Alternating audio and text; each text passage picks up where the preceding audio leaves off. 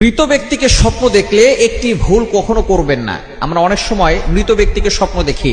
অনেকের বাবা মা দুনিয়া থেকে বিদায় নিয়েছেন, অনেকের আত্মীয় স্বজন পাড়া প্রতিবেশী দুনিয়া থেকে বিদায় নিয়েছেন।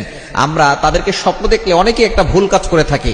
আগে আমরা শুনবো মৃত ব্যক্তিকে স্বপ্ন দেখলে কি কি করতে হবে এবং যে ভুল কাজটি করা যাবে না সেটা আমরা পরে শুনছি সিরিয়াল অনুযায়ী।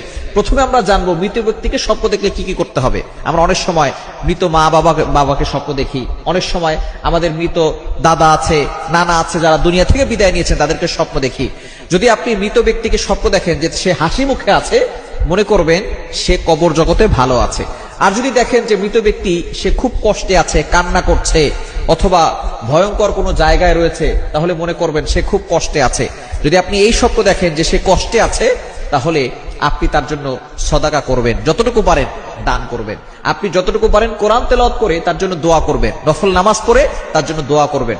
কারণ যারা দুনিয়া থেকে বিদায় নেয় তারা চাতক পাখির মতো তাকিয়ে থাকে কখন আমাদের জন্য একটু দোয়া করা হবে। তারা দুনিয়ার কোনো সম্পদ চায় না, টাকা পয়সা চায় না, তারা শুধু চাতক পাখির মতো তাকিয়ে থাকে কখন আমাদের জন্য একটু সওয়াব আসবে, আমাদের জন্য আমাদের সন্তানরা একটু দোয়া করবে।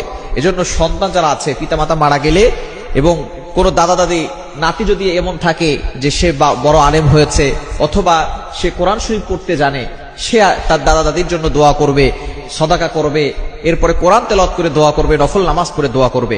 তবে আমরা একটা ভুল কাজ করে থাকি, সেটা হচ্ছে মৃত ব্যক্তিকে স্বপ্ন দেখলে মিলাদ পড়ায়, বাসার ভিতরে মিলাদ পড়ায়, বিশাল বড় অনুষ্ঠান করে, টাকা পয়সা না থাকলেও ধার করে ঋণ করে সুদে টাকা এনে তারপরে মিলাদ পড়ায় দেয়। খবরদার, এটা কখনো করবেন না।